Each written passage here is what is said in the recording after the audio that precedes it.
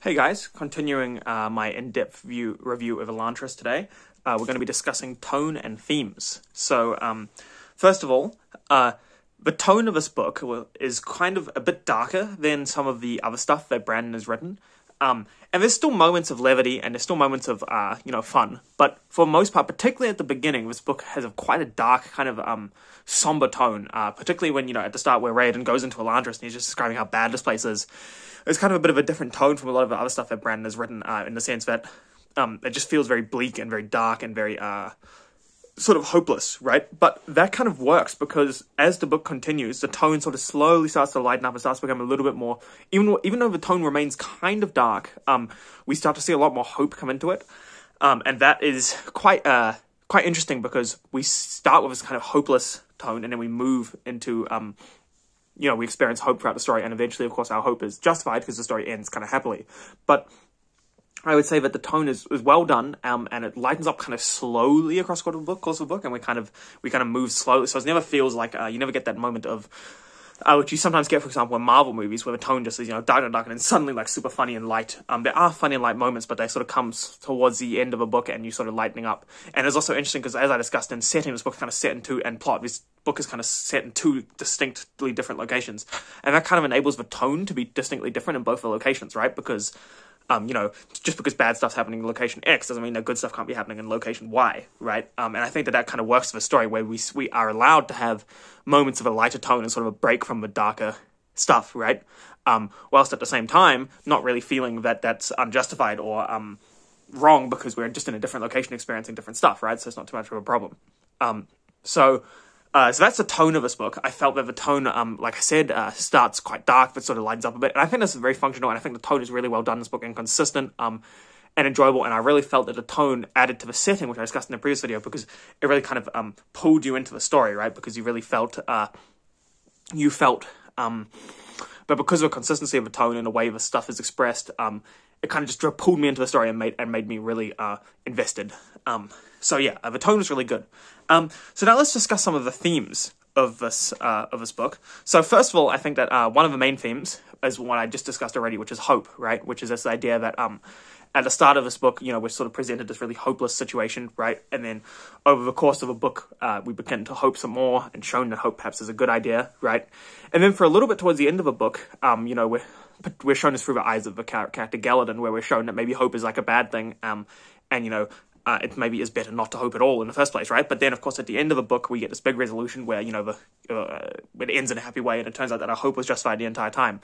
And I think perhaps one of the themes of this book is that, one is that you have to have hope all the time, right? And it shouldn't matter necessarily which stage you're at of the descent, which is that there's always going to be an ascent, right? And therefore, one should always maintain hope. So I think that's perhaps one of the themes of this book, and definitely something that I pulled out, particularly towards the end of the book, and it is kind of overtly expressed by Galadin, where we get told about this idea of how he was hopeless, and then Raiden made him hope, and now he feels that was the wrong thing to do. But of course, as I said, we're shown at the end of the book that in fact it was the right thing to do. So yeah, that's one of the themes. Another theme that's obviously it's quite strong in this book is faith, because this book is basically sort of, I guess in one way it's a competition between two faiths, right, which is Shu-Dereth and Shu-Korath. And one of the characters, Rathan, basically his entire arc is based on faith, and, for example, and faith is obviously quite a generic term, right? So as a theme, it's explored in multiple different ways. So through Rathan, we get to see, sort of fanatical, emotional faith contrasted with more logical, cold, rational faith, right? And I think that perhaps, Brand is making the point here that it can be better if you want to have faith. It's almost better to think about it and be logical about it and be willing to discuss it, rather than to be like Dilaf, who of course is our villain, who he's just fanatical about his faith. That's all he cares about. He doesn't care about logic or reason. He's just a fanatic, And obviously we're shown that that's bad, right? He's our villain. So perhaps what Brandon is saying here is that it's better to be logical with your faith than emotional. So that's definitely one way faith is explored. And then we perhaps, I think, have quite a strong criticism of organized religion, because once again, one of our biggest sort of the villainous institution in this book is this organized church of Shu-Dereth, right, led by Wyrn, which is of course trying to take over and is kind of evil, and is definitely not a good thing, right? And I think perhaps what Brandon is saying here is that one of the flaws of organized religion and one of the problems of it is that it pushes its religion onto other people, which I think is something that Brandon is against and something that it's kind of expressed as a bad thing through the story, right? But through the character of Rafen, what we see, I think, is perhaps what Brandon thinks the solution is, right? Where at one point Rafen says, I don't believe in Shudareth anymore, but I don't believe in Shukorath either. I believe in my own sort of logical, rational, non-organized, and he talks about how his problem is with Wian, which is the head of the Church of Shudareth, right?